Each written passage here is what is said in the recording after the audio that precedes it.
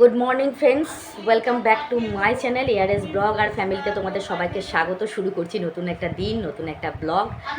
আজকে বাপের বাড়ির দ্বিতীয় দিন, ঠিক আছে।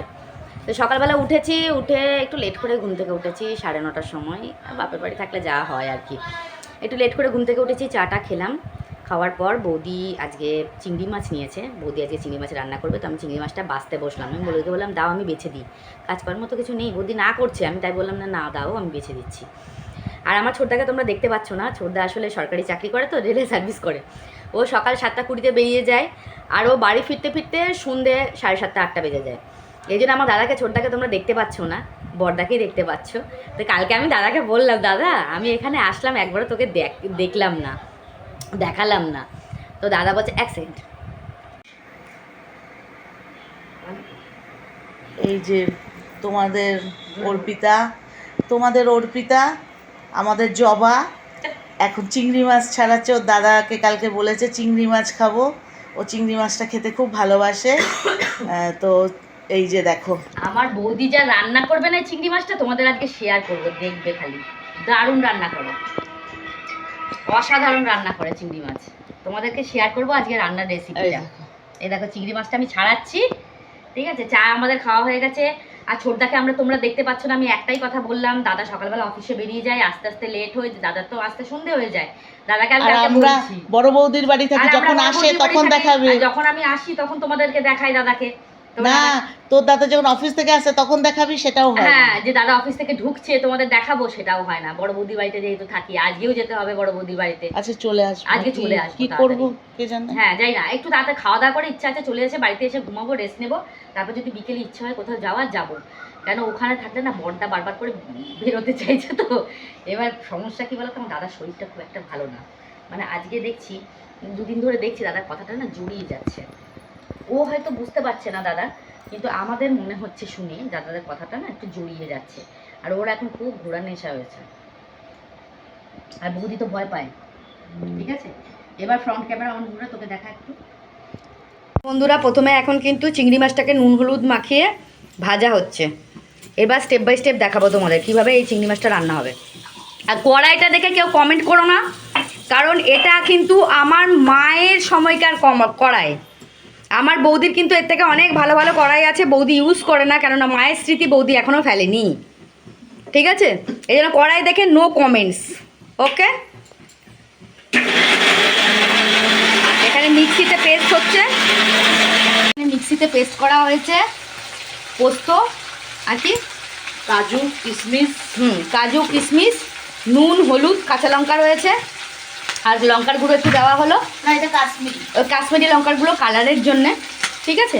এটা মিক্সড করে এবার এই ভাজার মধ্যে দিয়ে দেবে, চিংড়ি ভাজাটার মধ্যে। আলাদা মশলাটা আলাদা যদি মনে করো যে কষিয়ে নেবে আগে চিংড়ি মাছটা তুলে, সেটাও তোমরা করতে পারো।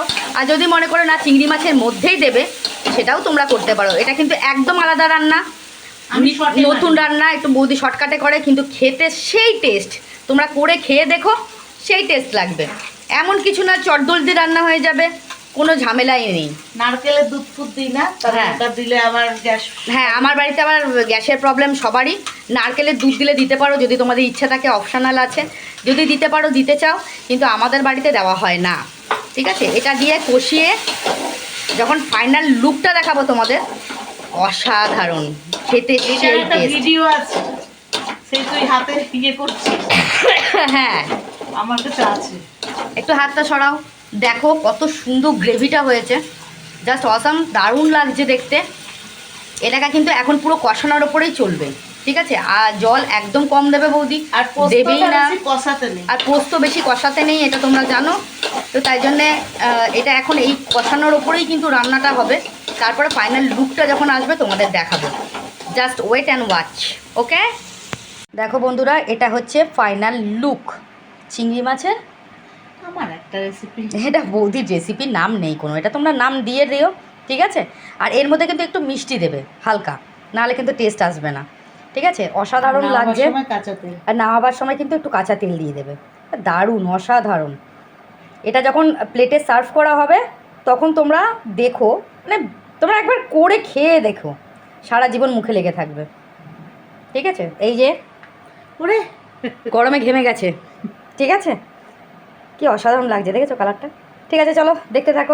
তো হ্যালো বন্ধুরা, আমার স্নান টান করা কমপ্লিট হয়ে গেছে, ঠাকুরের জপ টপ করে নিয়েছি, স্নান টান করা কমপ্লিট হয়ে গেছে। তো আমি এখন লাঞ্চ করে নেবো। আজকে বড় বৌদি বাড়িতে এখন যাইনি, বড় বৌদি বাড়িতে যদি বিকেলে পারি যাবো, কারণ আজকে আমার শরীরটা না খুব খারাপ লাগছে। কালকে এত টোটো ঝাঁকুনি হয়েছে না, আমার কোমর পিঠ ফিট সব ব্যথা হয়ে রয়েছে, এবার যেতে পারিনি। আর লাঞ্চটা করিনি, করে তোমাদের সঙ্গে কিছু কথা আছে, কথাগুলো শেয়ার করব। ঠিক আছে, লাঞ্চ কি আছে দেখে নাও তোমরা। হ্যাঁ, লাঞ্চ আছে, এটা কিন্তু ওই চিংড়ি মাছের যেটা বলেছিলাম আমি সেটা রয়েছে। হ্যাঁ, আর এখানে আছে ডিমের অমলেট করে ঝোল, এখানে রাইস, বৌদি ভাত খাওয়া শুরু করে দিয়েছে। এই আজকে আমাদের লাঞ্চটা আমি কমপ্লিট করি, তারপর তোমাদের সঙ্গে কথা আছে, কথাগুলো একটু শেয়ার করব। ওকে, তো চলো লাঞ্চটা করে নিই। তো বন্ধুরা, আমি কিছু কথা বলতে এলাম তোমাদেরকে। কথাটা হচ্ছে, তোমরা একজন আমাকে কমেন্ট করেছে যে আমার দাদা বৌদি কেন আমাকে মটন আর রাইস খাওয়ায়নি। প্রথম কথা বলি, ছোটো বৌদির ছেলে কিন্তু বাইরে গেছে পড়তে, তোমরা খুব ভালো করে জানো। দাদা বৌদি পুরো একা রয়েছে বাড়িতে। আর ছেলেটা না যেখানে পড়তে গেছে চেন্নাইয়ে, সেখানে কিন্তু কোনো রকম মাটন চিকেন বলো, মানে মাছ বলো, এগুলো ওরা খেতে পারে না ওখানে। মানে ওখানকার রান্নাটা একটু অন্যরকম, তো ও প্রত্যেক দিনই প্রায় ডাল আর ভাত খাচ্ছে। তো সেই জায়গায় দাঁড়িয়ে থেকে আমার ছোটো বৌদি কি খেতে পারে? ওরা কিন্তু মাছ টাছ কিচ্ছু খায় না, শুধুমাত্র ডিম খায়। যেহেতু সোনু মানে ওর ছেলে ওখানে ডিম ভাত খায়, চিকেনটা খায়, কিন্তু দাদারাও চিকেনটাও খায় না। দাদারা চিকেনও খায় না, মাটনও খায় না, মাছও খায় না, ডিমের ওপরেই রয়েছে। ওরা ডিম দিয়ে ভাত খায়। তো যেহেতু বাচ্চাটা ওখানে রয়েছে, বাচ্চাটা নিজে কিছু খেতে পাচ্ছে না ওখানে, মা বাবা হয়ে ওরা কি করে খেতে পারে? এটা গেল প্রথম কথা। দ্বিতীয় কথা হচ্ছে, বড়দার যে ছেলে, যে আলিপুরদুয়ারে চাকরি করছে, ওরও ওখানে খাওয়ার প্রচণ্ড প্রবলেম। ঠিক আছে, ছেলেটার ডিউটির এত প্রেশার, ছেলেটা জল খাওয়ার পর্যন্ত টাইম পায় না, ভাত খাওয়ার কথা তো দূরে থাক। সেখানে ও মাছ ফাছ রান্না করেও খেতে পারে না, ওর টাইমই নেই। এমনকি ওদের এমন সিস্টেম, রবিবার যেটা ছুটির দিন, সেই ছুটির দিনেও কিন্তু ওকে কাজ করতে হচ্ছে, যার জন্য ছেলেটা প্রচণ্ড প্রেশারে রয়েছে। একটা বাচ্চা ছেলে অত দূরে গেছে কাজ করতে, ডিউটি করতে, তো সেখানে গিয়ে ওরও খাওয়া দাওয়া কিছুই হচ্ছে না। সেখানে আমার দাদা বৌদিও কি খেতে পারে? তবু দাদা বৌদিরা মাছটা খাচ্ছে, কিন্তু অন্য কোনো কিছু খেতে আমার দাদা যেহেতু অসুস্থ, তাই জন্য দাদাকে খাওয়াতে হবে বলেই বৌদি করছে, নাহলে কিন্তু বৌদি করতো না। এবার দেখো, আমি আসার পর আমাকে কিন্তু ওরা অনেক রিকোয়েস্ট করেছে মাটন খাওয়ার জন্যে, চিকেন খাওয়ার জন্যে। দাদা বলছে বিরিয়ানি এনে দিই, এটা এনে দিই, ওটা এনে দিই। আমি বলছি ওরা খাচ্ছে না, তো সে জায়গায় আমার খেতে একদম ইচ্ছা করছে না। বিশ্বাস করো, আমার গলা দিয়েও নামছে না। মাছ আনছে দাদারা, এই কোন মাছটা খাবি বল, এই মাছটা খাবি, ওই মাছটা খাবি, যেটা বলছি সেটা হয়তো এনে দিচ্ছে দাদারা, সেটাই আমি খাচ্ছি। হ্যাঁ, এবার দাদা বৌদিরা কেউ খাচ্ছে না, সেই জায়গায় দাঁড়িয়ে থেকে আমার খাওয়াটা কি মানায়? তুমি বলো, আমিও তো ওর পিসি।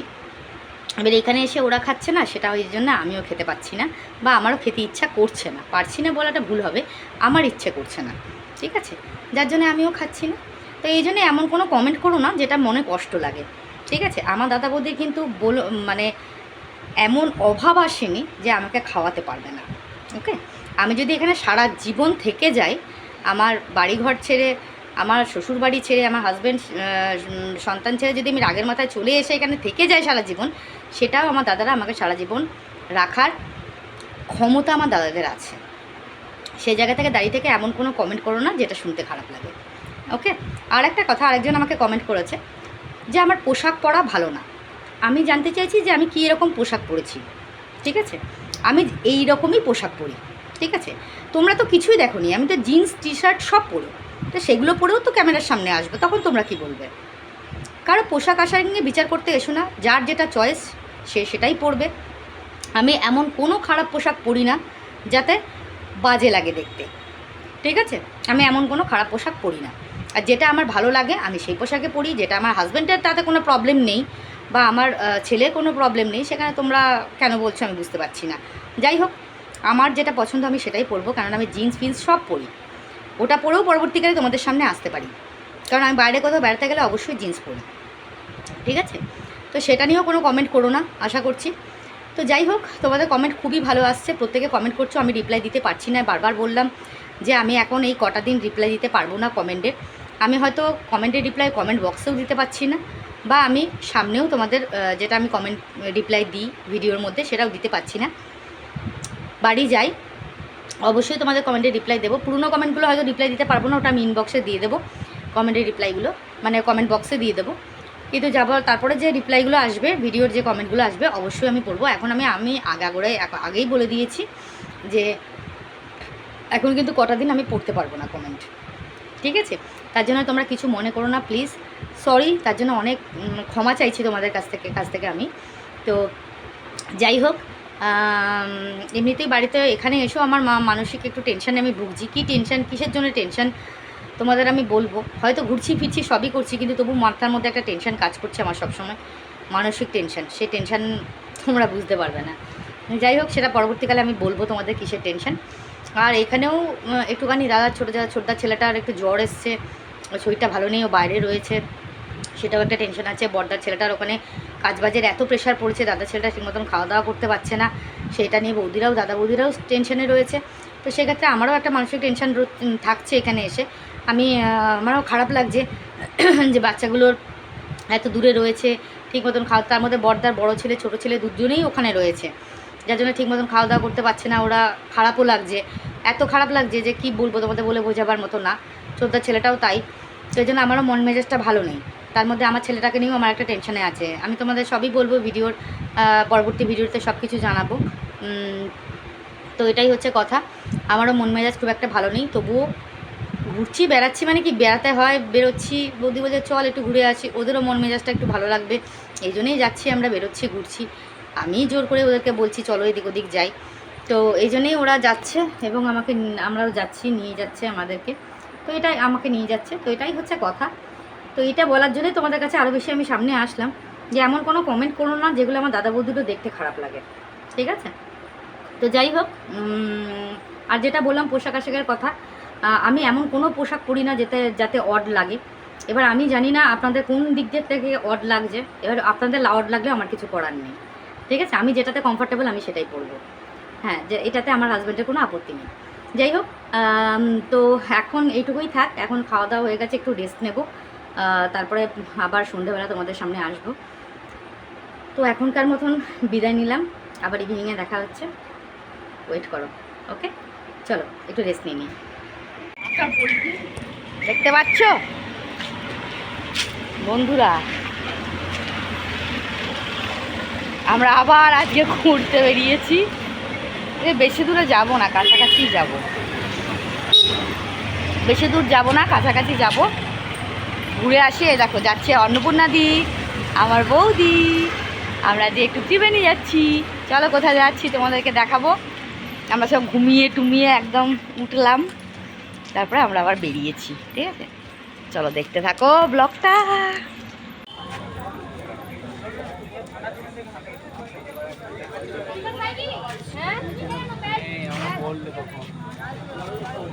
মাঝ রাস্তা দাঁড়িয়ে আছে পুকুরটা, কি জ্বালা। তো রাত হয়ে গেল, ওই লঞ্চের ওখানটা যেতে পারবো না বল। কোথায় আসলাম বলো তো তোমরা? কি বাবা, ইয়ে হচ্ছে, জল হবে না, কি যেন ওই জায়গাটার নাম যেন কি? বালিঘাট। হিমা জল, হিমা হয়ে গেল রে। গঙ্গা দেখা, দেখো গঙ্গা,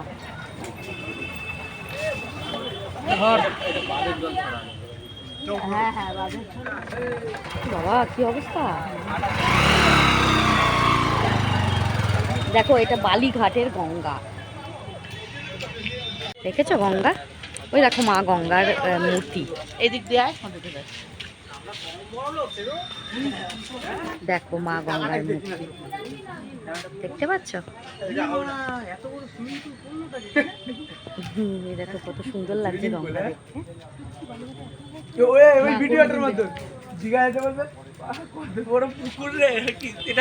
কি ভালো লাগছে দেখতে, হ্যাঁ? তবে সকালবেলা আসলে পরে আরো ভালো লাগবে দেখতে, তাই না?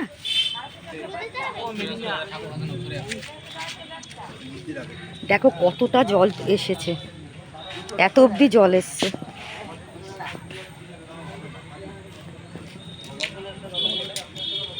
দেখো ঠাকুর বিসর্জন করতে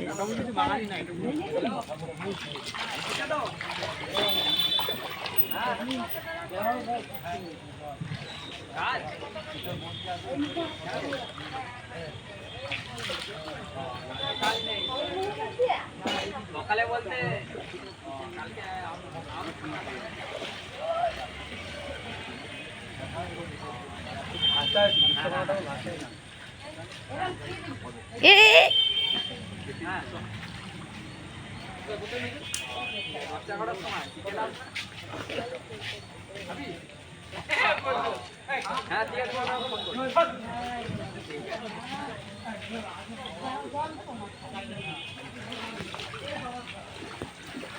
দাঁড়িয়ে আছে দুজন ঢিঙ্কা চিকা দুই বান্ধবী আমার বৌদিরা দুই বান্ধবী তোমার নাম বলো? আমার নাম অন্নপূর্ণা। অন্নপূর্ণা কি? ঘোষাল। ঘোষাল। দেখে দেখে শুনতে যাচ্ছে দুই বান্ধবী।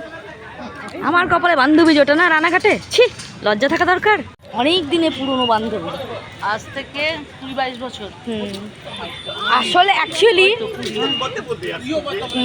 দিদির হাজবেন্ড, মানে দিদির হাজবেন্ডের নাম হচ্ছে বিল্লুদা। বিল্লুদা হচ্ছে আমার দাদার বন্ধু, তার বউ সব বিয়ে করে বান্ধবী হয়েছে। দেখেছো কত সুন্দর?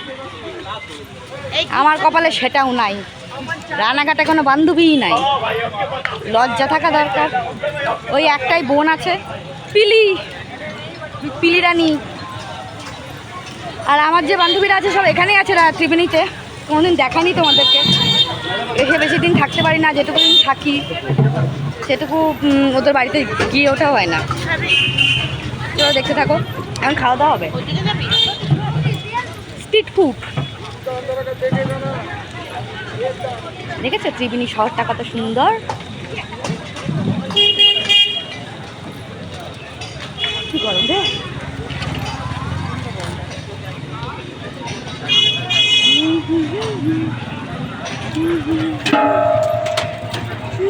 যে স্কুলটা দেখতে পাচ্ছ, এটা হচ্ছে, এটা বোধহয় বাঁশবেড়িয়া না, শিবপুর হাই স্কুল।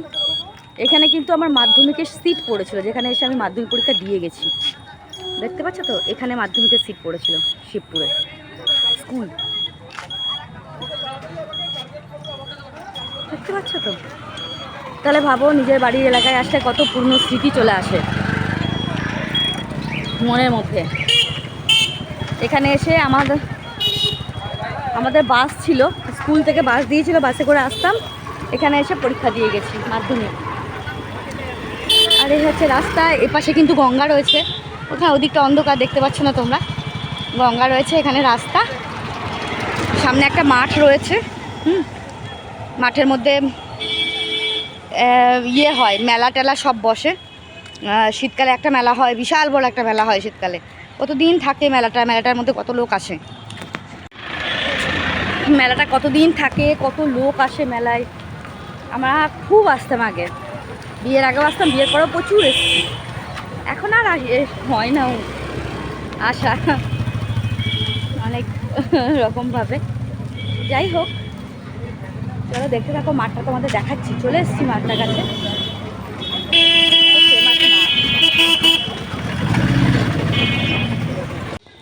দেখো এখানে গঙ্গার পাশে একটা সুন্দর মন্দির আছে, দেখতে পাবে তোমরা, খুব সুন্দর লাগবে। মন্দিরে ঢুকছি আমরা।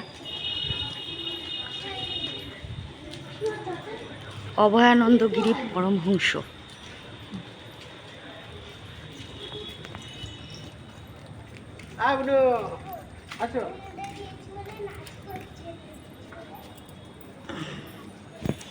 দেখো মন্দিরটা, এটা গঙ্গার ঘাটের একদম পাশে।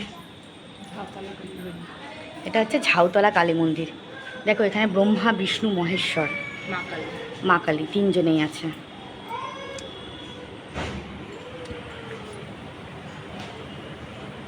দেখতে পাচ্ছ কি অসাধারণ লাগছে দেখতে।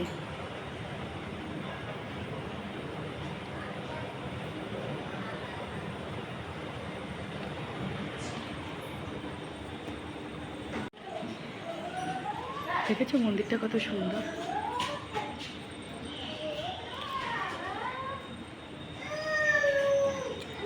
বৌদি 2 মিনিট দাঁড়া বাইরে গিয়ে, আমি আসছি। হুম হুম, মন্দির চত্বরটা দেখিয়ে দিই তোমাদের। দেখো কত মানুষ এখানে এসে বসে আছেন। দেখো এখানে গরুও পুষেছেন ওনারা, আশ্রমের মানুষটা এখানে থাকেন ওনারা।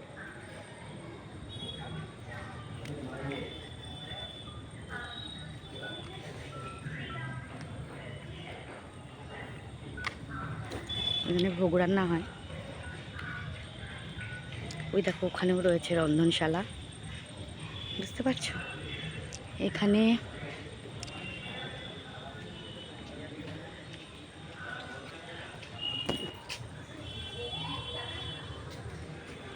এখানে গুরুদেবের মন্দির অ্যাকচুয়ালি, তো আমি তোমরা জানি না তোমরা দেখতে পাচ্ছ কি না। দেখো অন্ধকার তো বলে এখানে লেখাটাও বোঝা যাচ্ছে না, বুঝতে পারছো তো? দেখি লাইটটা বাড়ানো আছে নাকি। হ্যাঁ, লাইটটা তো ফুল বাড়ানো আছে। দেখেছো তো? খুব সুন্দর মন্দিরটা, এখানে একদম গঙ্গার ধারে রয়েছে মন্দিরটা। খুব দেখো কি সুন্দর গাছে পুরো ঢাকা, চারিদিকে গাছ, দেখতে পাচ্ছ? অপূর্ব সুন্দর মন্দির, অনেক পুরনো মন্দির এটা।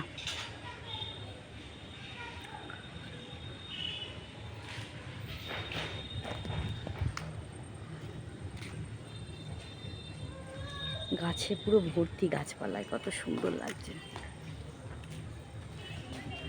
তোমরা বলো জঙ্গল, জঙ্গলই সুন্দর গো, যেখানে জঙ্গল নেই। অ্যাকচুয়ালি যেখানে গাছপালা কেটে ফেলা হয়, জঙ্গল নেই, সেই জায়গাগুলো ঠিক ভালো লাগবে তোমাদের? ভালো লাগে না, জানি না তোমাদের ভালো লাগে কি না, মনে হয় ভালো লাগে। কারণ আমরা তো জানি যেখানেই গাছপালা সেখানেই সৌন্দর্য থাকে আর কি, আর পরিবেশ সুন্দর হয়। দেখো এখানে মন্দিরের দরজা খুলে গেছে, মন্দিরের দরজা খোলা হয়ে গেল। দেখো উনি পুজো করতে বসেছেন। এখানে ভোলানাথের মন্দির রয়েছে, ভোলানাথ বসে আছেন। অসাধারণ সুন্দর জায়গা। বললাম তোমাদের, হয়তো তোমাদের মনে হয় আমার বাপের বাড়ি জঙ্গল এলাকা, কিন্তু আমার মনে হয় এটা সবথেকে বেটার জায়গা। অক্সিজেন পাওয়া যায়, গাছপালা কেটে দিলে সেখানে আর কী হলো, তাই না? তো এটাই কথা। কি বলবো তোমাদের, কেমন লাগলো তোমাদের আমার বাপের বাড়ি এলাকা, কেমন লাগলো অবভিয়াসলি আমাকে কমেন্টে জানিও। এটা নতুন জায়গা তোমাদের শেয়ার করলাম, অবশ্যই জানিও কমেন্টে কেমন লাগলো। প্রচণ্ড গরম পড়েছে আজকে, আজকে না গতকাল থেকে প্রচণ্ড গরম, মাথা খারাপ হয়ে যাচ্ছে। ঠিক আছে চলো তাহলে যাই, গিয়ে বসি বৌদিদের কাছে। বন্ধুরা আমরা রাস্তার ধারে, দেখো রাস্তা, এই দোকানটা থেকে স্ট্রিট ফুড নিয়ে নিয়েছি। স্ট্রিট ফুড কি? চাউমিন। ও মাই গড, বৌদি পুরো খেয়ে অর্ধেক শেষ। হায় রে শেষ জীবন আমার, বৌদি শেষ, আমারও চলছে। ও দারুণ লাগছে, দারুণ দারুণ। এই কেমন খেতে হয়েছে গো বৌদি, কেমন খেতে হয়েছে? দারুণ হয়েছে, কিন্তু আমি ঘেমে চান করে যাচ্ছি, গল গল করে ঘামছি আমি, বুঝেছো? অনেকদিন পর রাস্তা ধারে খেলাম, পাখা এখানে চলবে না।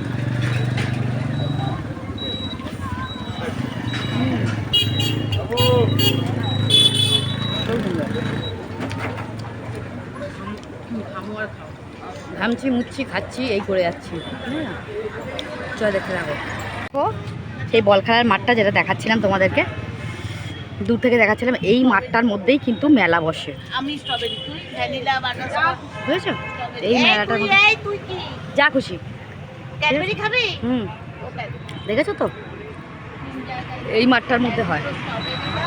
এই দেখো আমরা এখন ফুচকা খাচ্ছি, সরি আইসক্রিম খাচ্ছি। ফুচকা খাওয়া হয়ে গেছে 10 টাকার। আচ্ছা আইসক্রিমের গাড়িটা দেখা যায়, আইসক্রিমের গাড়িটা না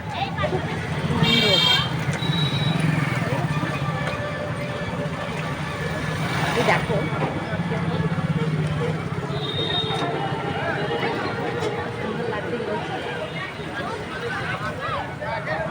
ভ্যারাইটিস ফুচকা, এই সরি আইসক্রিম,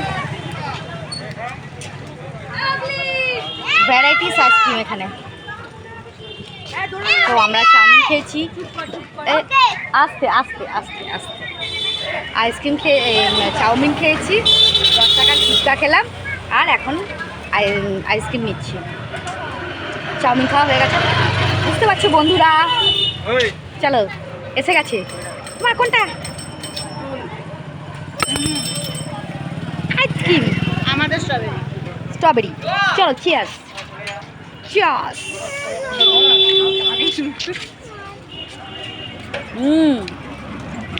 অসাধারণ।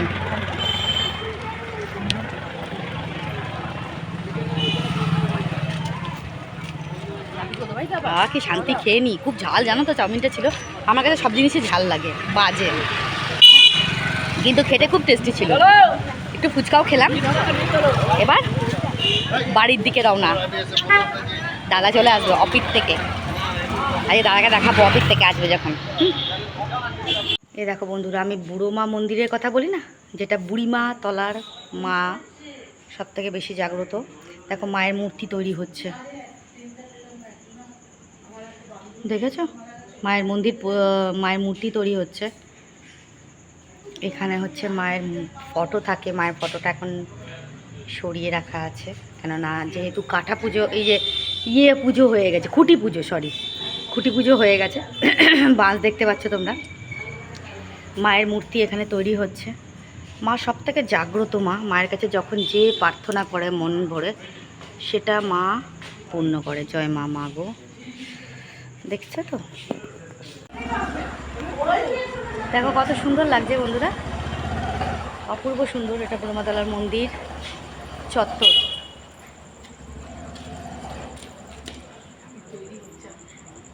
দেখেছো তো এখানে মন্দির চত্বর।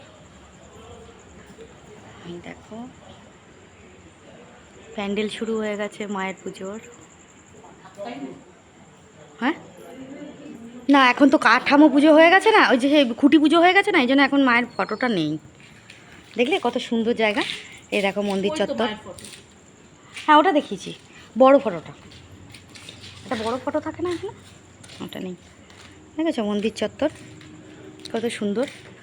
এখানে পর্যন্ত ভিড় হয়ে যায় অঞ্জলি দেওয়ার সময়, এত ভিড় হয়। হ্যাঁ বাইরে আমি একবার দিয়েছিলাম। দেখো কত সুন্দর, দূর থেকে দেখাই তোমাদের।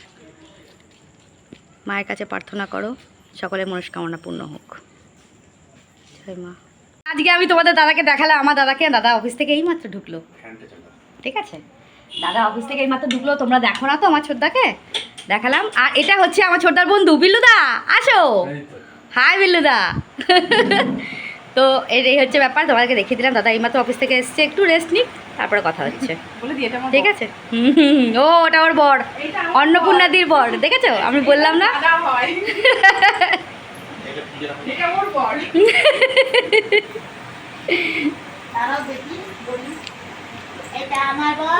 ইয়েস, আমার বর সেই সকালবেলা গেছে, এখন এসছে। হ্যাঁ কার জন্য? শুধু আমার জন্য। ইয়েস।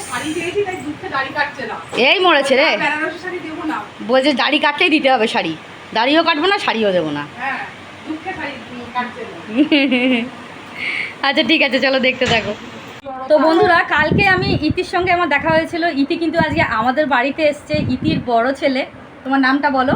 আমি রাজদীপ মুখার্জি। রাজদীপ মুখার্জি। কালকে যে চ্যানেলটার কথা আমি তোমাদের তোমার বলেছিলাম, চ্যানেলটা বলো। চ্যানেলটা কিন্তু ওর। চ্যানেলের নামটা একটু বলে দাও। All in one with Rajdeep. তোমরা সবাই একটু যেও এবং সাবস্ক্রাইব করো।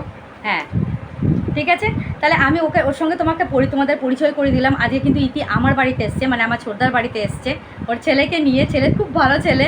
হ্যাঁ আমি তোমাদের কালকেও বলেছি, একদম বাচ্চা ছেলে। তোমরা চ্যানেলটা একটুখানি দেখো, একটু সাবস্ক্রাইব করো, ওর পাশে একটু থেকো, ওর খুব ভালো লাগবে, ঠিক আছে? আর এই যে হচ্ছে ইতি, ইতি এসছে, ঠিক আছে? তো ইতির সঙ্গে থাকতে পারলাম না, বাসায় ফিরে চলে এলাম। বসো বাবা, বসো বসো। তো ইতি এসেছে। তা আগে ঠিক আছে আমরা একটু কথাবার্তা বলি। ওনার হাজবেন্ড এখনো আসেনি, ছোটো ছেলেকে আনতে গেছে। ওর দুটো ছেলে, তিনি বড়, এ হচ্ছে বড়। আর ছোটো ছেলের নাম কী গো? ছোট ছেলের নাম দেবী। দেবী। আচ্ছা, ছোটো ছেলেকে আনতে গেছে, ওদের বড় ছেলেকে ঘুরতে দিয়ে গেছে। বলাবি। হ্যাঁ, তো উনি আসুক, তারপরে আবার শ্যুট করছি, ঠিক আছে? এই জবা। দেখতে থাকো ব্লগটা। তো হ্যালো ফ্রেন্ড, এখনও কিন্তু ইতি আছে। ইতির সাথে অনেক কথা, ইতির সঙ্গে অনেক কথা বললাম, অনেক আড্ডা মারলাম, খুব ভালো লাগলো।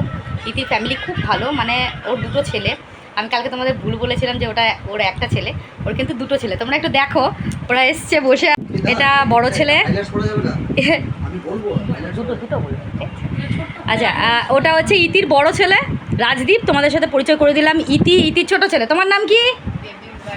হ্যাঁ, আর দাদাকে তো আপনারা কালকে দেখেইছেন, ঠিক আছে। আর আমার ছোটদা বসে আছে, বৌদি বসে আছে।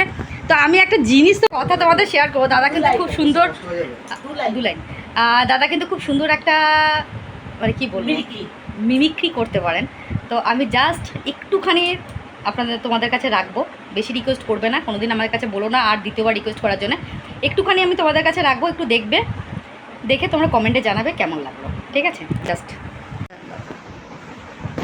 দারুণ হয়েছে, জাস্ট অসাম, মানে বলার ভাষা নেই, আমার এত ভালো লাগলো, খুব ভালো হয়েছে, খুব ভালো হয়েছে। আপনি জানেন না যে আপনি কত কিছু জানেন, এত ভালো ট্যালেন্ট রয়েছে দাদার মধ্যে, বলার কথা না। মানে আমি একটা জিনিস আমার নিজের কাজ নিজের দিক দিয়ে বলবো, আমি আজকে এতটাই হ্যাপি। আমি যখন সোশ্যাল প্ল্যাটফর্মে এসছি, আমার কিন্তু প্রথম এই ভিউয়ার্স, আননোন ভিউয়ার্স আমার কাছে। আমার পরিচিত ভিউয়ার্স তো অনেক আছে, আমার বৌদি ফ্রেন্ডরা রয়েছে, তারা আমার কাছে সবসময় আসে, তারাও কিন্তু আমার ভিউয়ার্স, আমার সাবস্ক্রাইবার। কিন্তু ইতি হচ্ছে আমার একদম আননোন সাবস্ক্রাইবার, আননোন ভিউয়ার্স, যেটা পরবর্তীকালে পরিচয় হওয়ার পর জানতে পারলাম যে না, আমাদের মধ্যে চেনা জানা রয়েছে, ঠিক আছে। তো যাই হোক, ইতিকে আমার প্রচণ্ড ভালো লেগেছে, এত ভালো একটা ভিউয়ার্স, মানে আমি জাস্ট অসাধারণ। থ্যাংক ইউ সো মাচ ইতি, থ্যাংক ইউ সো মাচ। ইতিকে আমার খুব ভালো লেগেছে, ভীষণ ভালো লেগেছে। তো বন্ধুরা, তোমাদের কেমন লাগলো দাদার মিমিক্রি অবশ্যই কমেন্টে জানাবে। থ্যাংক ইউ সো মাচ, দেখতে থাকো ব্লগটা, দেখা হচ্ছে পরে আবার, ওকে। তো বন্ধুরা, ফাইনালি আমরা খুব গল্প করলাম, আড্ডা মারলাম, এনজয় করলাম। ইতিরা এখন বাড়ি যাচ্ছে, 9:30 বাজে। মানে কী বলো তো, অনেকক্ষণ ধরে বলছে বাড়ি যাবো, আমরাই ছাড়ছি না। এই দাঁড়াও, আরটু কথা বলি। এই করতে করতে রাত্রি 9:30 বেজে গেল। এই যে দাদাও এসছেন, দাদা কিন্তু খুব ভালো মানুষ, খুব মজাদার মানুষ। কালকে তো একদমই কথা বলছিলেন না, আমি তো ভাবলাম দাদা খুব গুমরা, হয়তো কথাবার্তা বলেন না। কিন্তু আজকে যখন আমার বাড়িতে এসছেন দাদা, দেখলাম সত্যি খুব ফ্রি মাইন্ডের মানুষ, খুব ভালো মানুষ। আর আমার ওর দুটো বাচ্চাকে এত ভালো লেগেছে, ছেলে দুটো সব কিউট, খুব ভালো, দুজনেই খুব ভালো। অবশ্যই ওই চ্যানেলটা কিন্তু মনে রেখে দিও তোমরা। চ্যানেলটা আরেকবার বলে দাও। All in one with Rajdeep, তোমরা দেখতে পাবে, আমার ছবি লাগানো আছে। আর আমার মাসিমাই হবে, হ্যাঁ মাসিমা না মাসিমুনি বল, মাসিমণি। তো মাসিমণির চ্যানেলটাকেও তোমরা একটু সাপোর্ট করো, Obviously. দুজনারই পাশে থেকো আমাদের, একদম ঠিক আছে। তো চলো দেখতে থাকো। ওরা চলে যাচ্ছে, আবার পরে আসছি রাত্রে, ওকে। एक्टर नाम सनी देओल, छवि नाम इंडियन। तो अभी हमारे पुलिस डिपार्टमेंट की इज्जत कौन सा आसमान में है? बेइज्जती उसकी होती है जिसकी कोई इज्जत हो। हम लोग अच्छी तरह से जानते हैं कि जनता पुलिस डिपार्टमेंट के बारे में कैसी कैसी बातें करते हैं। गुंडों से ज्यादा अच्छी में नहीं हमारी। अगर किसी गरीब आदमी का जेब कट जाए और गलती से वो थाने में रिपोर्ट लिखवाना आ जाए, तो उसके साथ ऐसे कुछ सलूक की जाते कि जैसे वो खुद एक मुजरिम हो। तुम्हारी जेब कहाँ गई थी, क्या वक्त था, तुम वो क्या कर रहे थे, तुम्हारे जेब में कितने पैसे थे? अरे तुम्हारे पास इतना पैसा आया कहाँ से? अरे आप सनाब सवाल पूछकर बेचारी का गलती बंद कर देती है, और फिर उससे कहते हैं कि जाओ 5 टंडे लाओ, उसके साथ कुछ सिगरेट भी लाना। मजबूरन राष्ट्रपति को जाने पड़ता है, और उसके जाते सब लोग आपस में ये बातें करते हैं। उस इलाके की जेब कतर कौन है? पांडू? नहीं, पांडू तो गाँव गई होगी, शायद राजू ने काटी होगी। तो राजू को बुलाया जाता, उसे अरेस्ट नहीं किया जाता, बल्कि उससे अपना हिस्सा लिया जाता है। और ऐसे करने से हमारे पुलिस डिपार्टमेंट की इज्जत बहुत बढ़ जाती है। सुबह ऑफिस जाने के जल्दी में कोई स्कूटर वाला अपने स्कूटर लेकर गलती से सिग्नल से थोड़ा सा आगे निकल गया तो क़यामत आ जाती है। स्कूटर साइड में लगाओ, लाइसेंस दिखाओ, तुम्हारी स्कूटर की लाइट जलती है, हवा है, टायर में पेट्रोल है, ऐसे पूछताछ की जाती है जैसे वो बेचारा सिग्नल नहीं बॉर्डर क्रॉस करने की कोशिश कर रहा हो। अरे ये सख्ती कानून के लिए नहीं की जाती, अपनी जेब के लिए की जाती है। 20-50 जो भी मिल जाए, पुलिस थानों में तस्करों, दलालों, क्रिमिनल्स का अवगत की जाती है, उन्हें कुछ पेश की जाती है। उससे हमारे पुलिस डिपार्टमेंट की इज्जत बहुत बढ़ जाती है। क्राइम अगर दिन के दिन बढ़ता जा रहा है तो इसके जिम्मेदार खुद हम है। कल तक लोगों की जेबें करने वाला आज लोगों की गले कर रहा है तो इसके जिम्मेदार खुद हम है। चरस गाड़ियों की तस्करी करने वाला आज हथेलियों की तस्करी कर रहा है तो इसके जिम्मेदार खुद हम है। एक चकला चलाने वाला देखते देखते सरकार चलाने वाला बन जाता है तो इसके जिम्मेदार खुद हम है। हर महीने की 1 तारीख को हम लोग तनख्वाह लाने पहुंचते हैं, लेकिन वो पैसे आते हैं कहाँ से? मिनिस्टर या सरकार, MLA से। उस पैसा जनता के, जिस जनता से हम लोग तमीज से बातें नहीं करते। जनता ने देश की हिफाजत के लिए बॉर्डर पर जवानों को रखे है, समाज की हिफाजत के लिए हमें रखा है। जवान तो अपना काम करते हैं, पर हम कारगिल में जब जवान शहीद हुए थे तो पूरा देश रोया था। जब एक पुलिस वाला मर जाता है तो उल्टा लोग खुश होते हैं, कहते हैं कि अच्छा हुआ, एक घुसकर कम हुआ। नहीं, हमें सिचुएशन बदलनी है, हमारी इमेज बदलनी है, ताकि लोग हमारे बारे में कुछ अच्छा कहे। और ये सब थाने में बैठकर मंत्र बला डालने से और दीवार पे अच्छी अच्छी लाइन लिखलाने से नहीं होगा, हमें कुछ करना होगा। मुजरिमों की इस वर्दी की ताकत बतानी होगी, चाहे वो छोटा मोटा पकड़मार या सरदार अमित शंकर सिंघानिया हो, तभी जाके ये जनता हमसे जुड़ेगी, हमारी इज्जत करेगी। হ্যালো বন্ধুরা, তো আজকের মতন সবাইকে শুভরাত্রি বলতে এলাম। ওরা গেছে 9:30টার সময়। তারপরে বৌদি একটু ভাত করলো, আলু সেদ্ধ করলো। আমার পেঁয়াজ দিয়ে আলু সেদ্ধ মাখাটা দারুণ লেগেছে কালকে খেতে। আজকেও আবার বৌদিকে বলেছি, বৌদি ওটা করো, ওটা করলো। চিংড়ি মাছটা ছিল আর ডিম সেদ্ধ হয়ে দিয়ে আজকে ডিনারটা হয়েছে। অসাধারণ ডিনার হয়েছে। আর আজকে প্রচণ্ড গরম। আর এখানে যা কারেন্ট যাচ্ছে না, শুধু আমার দাদার ইয়েটা আছে, কী বলে ওটাকে, ইনভার্টারটা আছে বলে আমরা বুঝতে পারছি না। মারাত্মক কারেন্ট যাচ্ছে এখানে। ইনভার্টারটা আছে বলে বুঝতে পারছি না। দাদা আগে থেকে এসিটা চালিয়ে দিয়েছে, ঘরটা ঠান্ডা হয়ে যাচ্ছে বলে একটু শান্তি, জানো তো, নাহলে আজকে না মরে যাব, এত গরম। তো কালকে তো আবার ব্যাক করতে হবে বাড়ি, বুঝতে পারছো তো, তাই জন্য আজকে আর বেশি লেট করলাম না। ওকে, তো এই ভিডিওটা আজকে এখানেই এন্ড করলাম। সবাই ভালো থেকো, সুস্থ থেকো, নিজের খেয়াল রেখো, পরিবারের সবাই খেয়াল রেখো। দেখা হবে নেক্সট ব্লগে, আবার একটা নতুন ভিডিও নিয়ে আসবো। পান খাচ্ছি তো হেঁচকি উঠছে, তো তার জন্যে সবাইকে গুড নাইট, শুভরাত্রি, সবাই ভালো থাকো। বৌদি সবাইকে গুড নাইট বলে দাও। Good night. আমার মাথায় এক গাদা তেল দিয়েছে। আজকে তেল দি, বৌদিকে বললো তে বাবা এক কৌটো তো শেষ হয়ে গেছে। বৌদির চুল দেখেছো তো, তোমরা সবাই কমেন্ট করছিল না আমার বৌদি কত বড় চুল। সত্যি আমার বৌদির অনেক বড় চুল গো, অনেক বড় চুল আমার বৌদি।